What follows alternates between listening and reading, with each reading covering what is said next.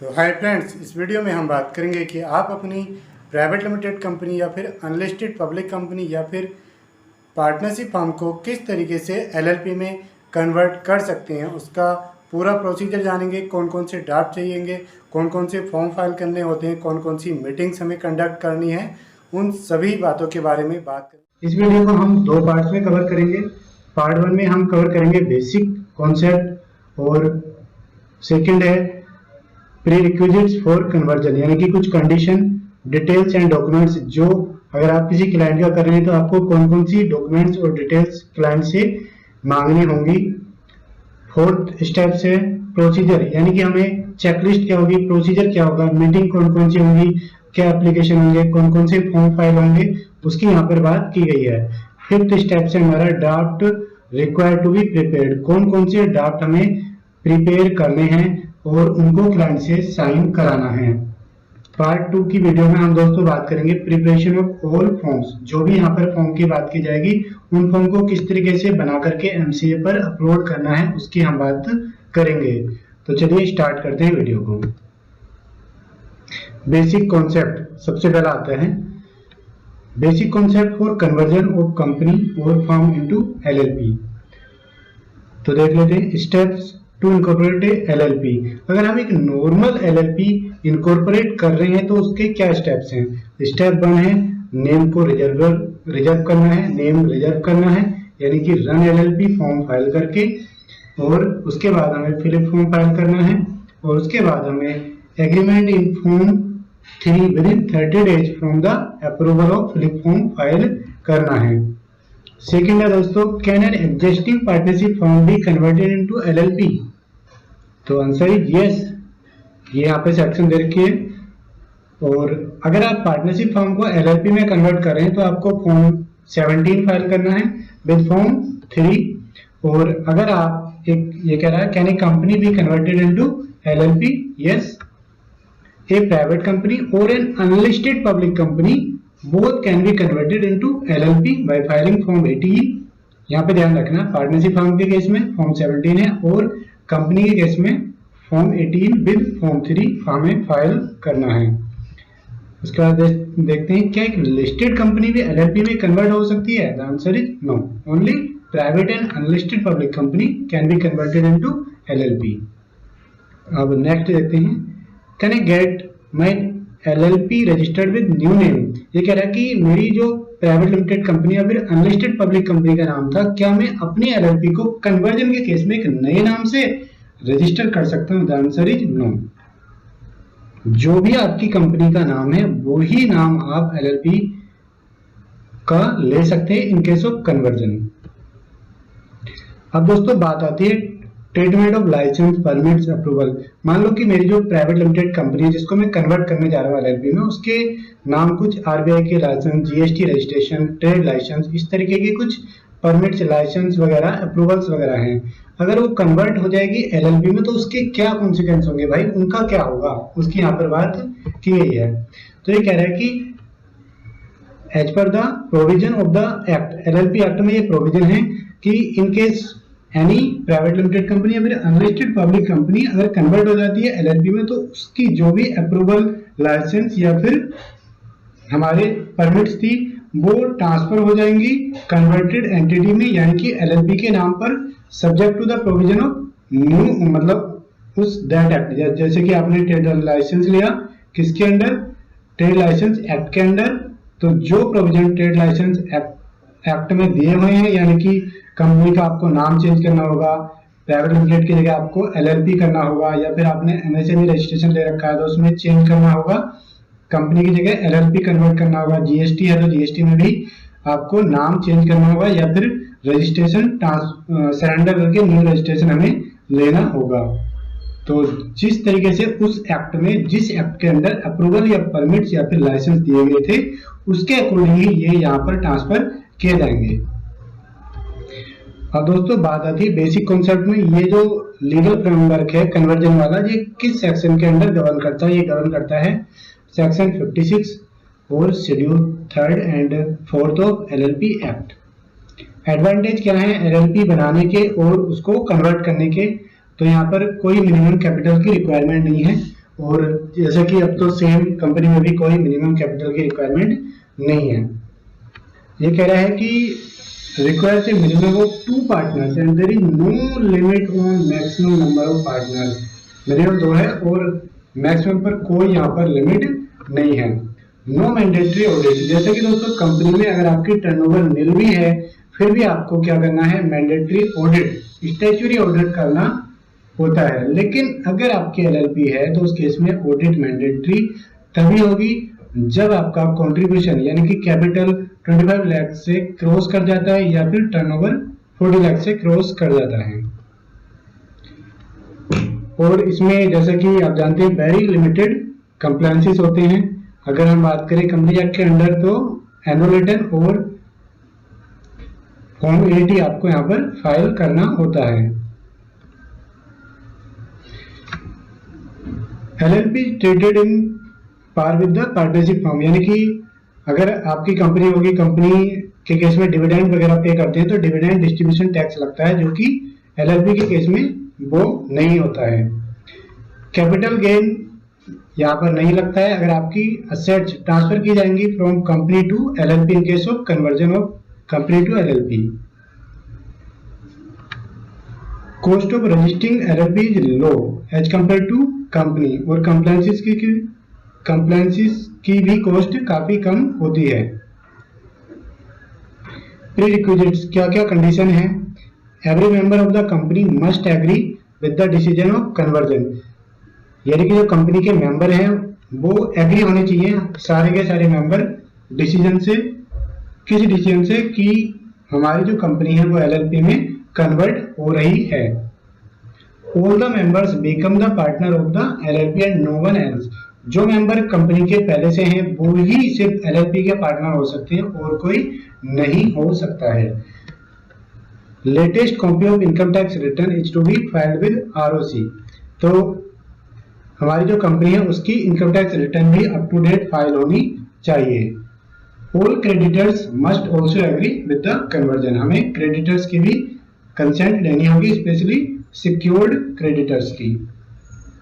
Under the company act no prosecution should have been initiated, तो दोस्तों जो हमारी कंपनी है प्राइवेट या फिर अनलिस्टेड पब्लिक कंपनी, उसके ऊपर कोई प्रोसिक्यूशन कंपनी एक्ट के अंडर नहीं होनी चाहिए। उसके बाद नेक्स्ट कंडीशन है नो ओपन और अनसेटिस्फाइड चार्जेस, जो हमारे चार्ज फाइल होते हैं कंपनी के ऊपर कोई अनसेटिस्फाइड ओपन चार्ज नहीं होना चाहिए, अगर है तो वो एलएलपी में कन्वर्ट नहीं हो सकती है।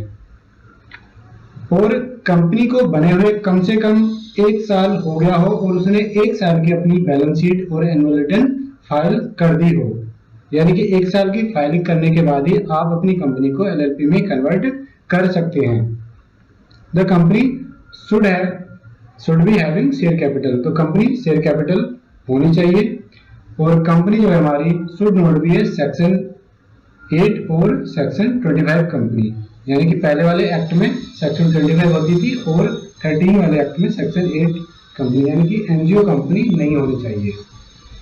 Annual filing should be complete for immediate preceding financial year, जैसे कि हम करंट ईयर यदि अब हम कन्वर्ट करें किसी कंपनी या एलएलपी को तो उसकी 21 की फाइलिंग कंप्लीट होनी चाहिए। डिटेल्स एंड डॉक्यूमेंट्स हमें कौन कौन से रिक्वायर्ड हैं, अगर आप किसी क्लाइंट के बिहाफ पे ये कन्वर्जन कर रहे हैं तो आपको क्लाइंट से कौन कौन से डॉक्यूमेंट यहाँ पर मांगने होंगे, कॉल करने होंगे। देखते हैं, address proof of registered office of the LLP, यानी कि जो हमारी प्रोपोज्ड एलएलपी कन्वर्टेड है उसका रजिस्टर्ड ऑफिस का प्रूफ हमें देना होगा, जैसे कि यूटिलिटी बिल, एनओसी, अगर रेंटेड है तो उस केस में रेंट एग्रीमेंट भी देना होगा। इस तरीके के हमें ओनरशिप प्रूफ देने होंगे। सेकंड है copy of pan card for all members. Third है कॉपी ऑफ आधार कार्ड या फिर पासपोर्ट, यहाँ पे आप एड्रेस प्रूफ में कुछ भी ले सकते हैं, डीएल ले सकते हैं, पासपोर्ट ले सकते हैं, वोटर आईडी ले सकते हैं, of all members. Latest ITR filed with acknowledgement, जो कंपनी की लेटेस्ट, जैसे कि हम करंट के लिए फाइल कर रहे हैं तो 21 की कंपनी की आईटीआर विद एक्नॉलेजमेंट भी हमें मांगनी होगी क्लाइंट से। ऑडिटर्स रिपोर्ट, यानी इमीडिएट प्रीसीडिंग फाइनेंशियल ईयर की हमें ऑडिटर्स रिपोर्ट भी यहाँ पर लगानी होगी। और दोस्तों जो इसमें मोस्ट इंपोर्टेंट है वो है कि provisional certified financial statement from beginning of the financial year till the date of application for conversion.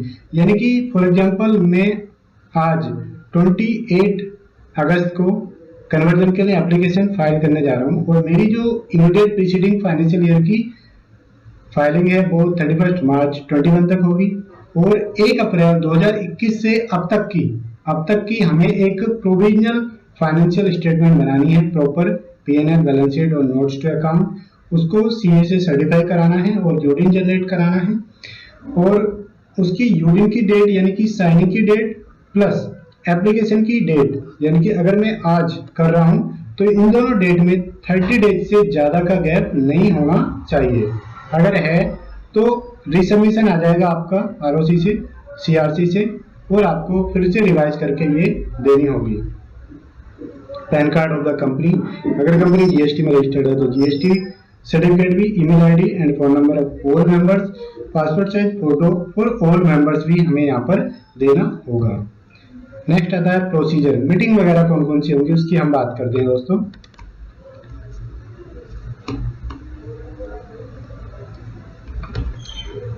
Call a meeting of board, हमें बोर्ड ऑफ डायरेक्टर की सबसे पहले मीटिंग कॉल करनी है। किस लिए कॉल करनी है? Pass a resolution for conversion of company into LLP, conversion से रिलेटेड हमें एक रेजोल्यूशन इसमें पास करना है।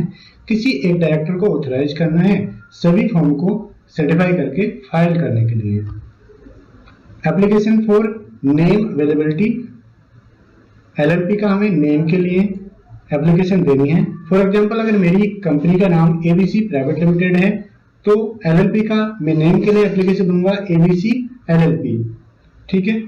और हमें एप्लीकेशन किस में देनी है? रन एलएलपी फॉर्म में। और जो हमने रेजोल्यूशन यानी बोर्ड जो रेजोल्यूशन पास किया था स्टेप नंबर 1 में, resolution for conversion into LLP, वो रेजोल्यूशन यहाँ पर अटैच करना है while applying for name availability, ठीक है। Filing of incorporation form FiLLiP with address proof, यानी कि दोस्तों जब हमारा रन एलएलपी फॉर्म अप्रूव हो जाएगा तो हमें 3 मंथ का 90 डेज का टाइम मिलेगा हमें आगे अपना इनकॉर्पोरेशन कंप्लीट करने के लिए, ठीक है। तो हमें इनकॉर्पोरेशन किस तरीके से कंप्लीट करना है? हमें सबसे पहले इनकॉर्पोरेशन फॉर्म यानी कि फिलिप फॉर्म फाइल करना है।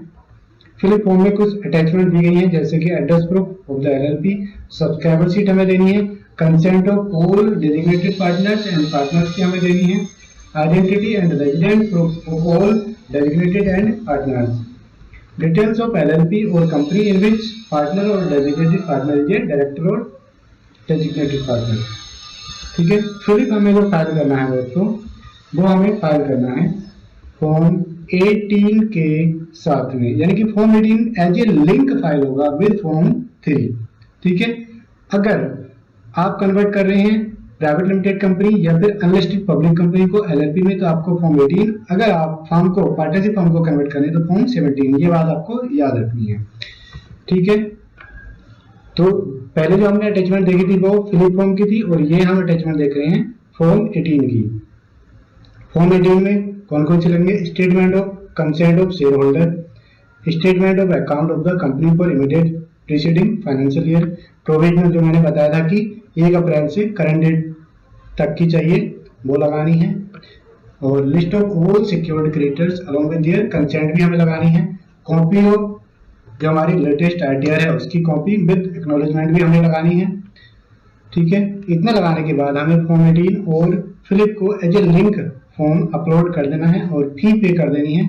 उसके बाद में हमारा सर्टिफिकेट ऑफ इनकॉर्पोरेशन आ जाएगा, ठीक है।